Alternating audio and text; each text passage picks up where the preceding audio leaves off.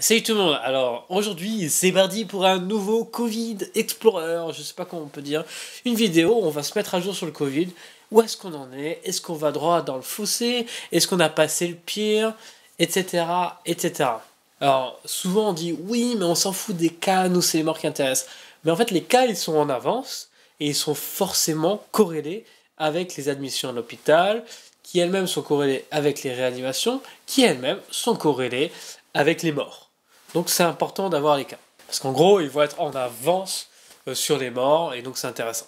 Même si c'est là parce qu'on a énormément de cas qu'on va voir énormément de morts, quand on va voir. Donc là, on voit qu'on a fait un record, mais un record de taré. C'est-à-dire qu'on a un taux d'incidence qui a eu un pic proche de 4000 pour 100 000 habitants. Donc du coup, ça veut dire qu'on a 4% à peu près de la France qui chope le Covid chaque semaine. Et si on part du principe qu'on loupe la moitié, voire le 2 tiers, ça veut dire qu'on a 10% de la France qui est contaminée par semaine, ce qui fait que en 10 semaines, on contamine toute la France. 10 semaines, c'est à peine 3 mois. Donc ça, c'est juste pour les ordres de grandeur. Mais on voit que ça baisse. Ça baisse depuis le 23 janvier. Donc c'est cool. Ça baisse plus franchement que la dernière fois où on a cru que ça allait baisser. Donc il faut savoir qu'il y a eu un sous-variant qui est arrivé. Alors c'est peut-être lui qui a fait que ça a continué d'augmenter. Mais du coup, est-ce que le taux d'incidence il baisse parce qu'on arrête de tester? Bien la réponse est, en effet, il est vrai qu'on baisse le nombre de tests. Et donc c'est problématique. Et donc ça peut provenir de quoi? Ça peut provenir par exemple que peut-être les gens ils font plus d'autotests. Donc du coup, les gens qu'on teste, ils sont plus contagieux, ils sont plus positifs. Ça se traduit par le fait qu'en effet, on a un record de taux de positivité. Donc malgré le fait qu'on a des records de tests qu'on ait des records de cas, on a aussi un record de positivité. C'est énorme, c'est-à-dire qu'on a 2 fois plus de tests qui sont positifs en proportion. Donc si vous allez vous faire tester, vous avez une chance sur 3 d'être positif. Par contre, malgré ces records de tests, eh bien, on n'a pas des records d'admission d'hospitalisation. Alors, on est à 2 doigts, mais proportionnellement, on est vraiment pas pareil. C'est-à-dire que si on voulait, si tout était proportionnel, on aurait vraiment une explosion des admissions à l'hôpital, du fait qu'on a une explosion du taux de positivité, et aussi une explosion du nombre de cas. Pour peut-être mieux s'en rendre compte, on va superposer le taux d'incidence avec l'hospitalisation.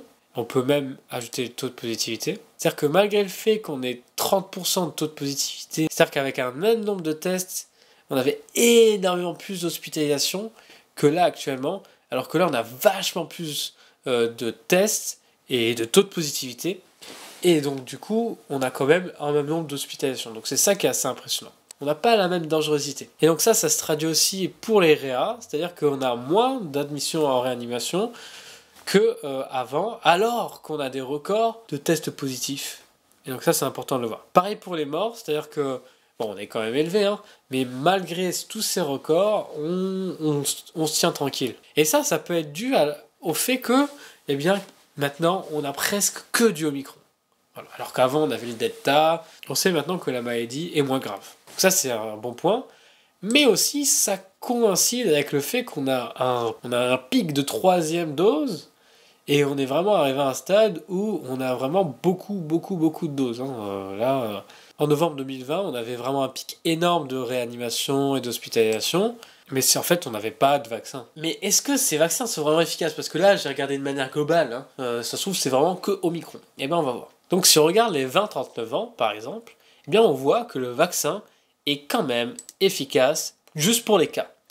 C'est-à-dire qu'on a 60 000 pour 10 millions de personnes qui sont vaccinées, qui sont positives, alors que pour les personnes qui sont juste vaccinées simplement, il n'y en a que 30 000. Donc ça fait à peu près une division par 2. Ce qui n'est pas rien. Quand on a 2 fois moins de chance d'un truc, en général, on préfère le faire. Il ne faut pas regarder les partiellement vaccinés parce que c'est très court. Le moment où on est partiellement vacciné et le moment où on est totalement vacciné. Et enfin, quand on regarde avec les rappels, on a encore une baisse de l'ordre encore de diviser par 2 par rapport à ceux qui ont juste 2 doses.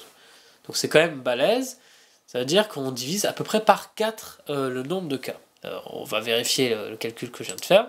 En effet, on a environ une division par 4, ça veut dire que on pourrait éviter 75% des cas positifs. C'est quand même énorme. C'est quand même sacrément énorme. On pourrait se dire, oui, mais bon, machin. Donc, du coup, rien que les cas positifs, donc on peut bien imaginer, bien sûr, qu'avec les admissions à l'hôpital, c'est encore mieux. En effet, ça devient ridicule, quoi. Là, bon, on les voit presque pas, les personnes avec rappel. Il n'y a pas énormément de différence avec ceux qui sont complètement vaccinés, mais il y a quand même une différence. C'est-à-dire qu'on est quand même, on est une division par 3, hein. C'est juste que ça paraît petit à côté de ceux qui sont pas vaccinés. Voilà, et donc on a la même chose pour les soins critiques, etc. Et du coup, pour les plus vieux, on voit l'intérêt, hein.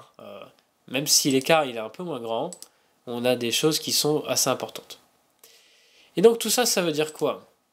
Ça veut dire que, par exemple pour les 20-39 ans, si on regarde les admissions à l'hôpital, voilà, là ça veut dire qu'on pourrait éviter 96% des réanimations. Si tout le monde était vacciné, pour les 20 à 39, on pourrait éviter 96% des réanimations. C'est énorme. Ça, c'est sans compter hein, sur le fait que ça se propage 4 fois moins, etc.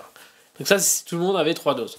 Voilà. Et donc, par contre, je tenais à préciser qu'on peut se faire avoir. Parce que là, tout ce que je vous dis est vrai, parce qu'on compare des tranches d'âge. Maintenant, si on compare avec tous les âges, eh bien, on risque d'avoir des petites anomalies. C'est ce qu'on avait vu dans une vidéo précédente. C'est-à-dire que si on regarde simplement par cas positif sur toutes les tranches d'âge, pour choper le Covid, on a autant de chances quand on est vacciné que quand on n'est pas vacciné.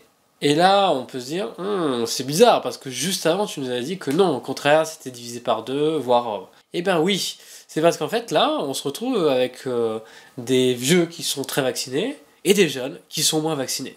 Donc forcément, si on ne découpe pas par tranche d'âge, ça casse tout. Là, on a un problème, parce que c'est trop général comme statistique, et donc ça peut porter à confusion.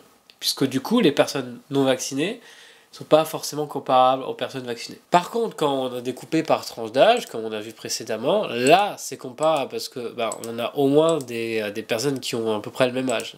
Et donc du coup, pour chacune des tranches d'âge, c'est vrai. Donc du coup, l'idée derrière, c'est que avec tous ces cas, c'est que avec toute cette vaccination, eh bien, on pourrait atteindre une immunité collective. On pourrait parce qu'on pourrait imaginer que en fait ça se propage tellement rapidement. On pourrait avoir à la fois des gens qui ont été malades et à la fois des gens qui ont été vaccinés, voire des gens qui ont été les deux. Moi j'ai eu 2 Covid et 2 doses. Hein. Je suis... Et donc ça fait qu'on renforce l'immunité globale de la population et donc peut-être qu'on pourra s'en sortir en plus du fait que Omicron est plus tranquille. Même si on n'est pas sorti d'affaire, hein, je tiens à préciser. Si cette vidéo vous a plu, n'hésitez pas à la liker, à la partager, à laisser un commentaire, etc. Enfin, je vais pas vous forcer à quoi que ce soit, hein, bien sûr, mais j'espère que vous allez le faire. Et moi, je vous dis à la prochaine.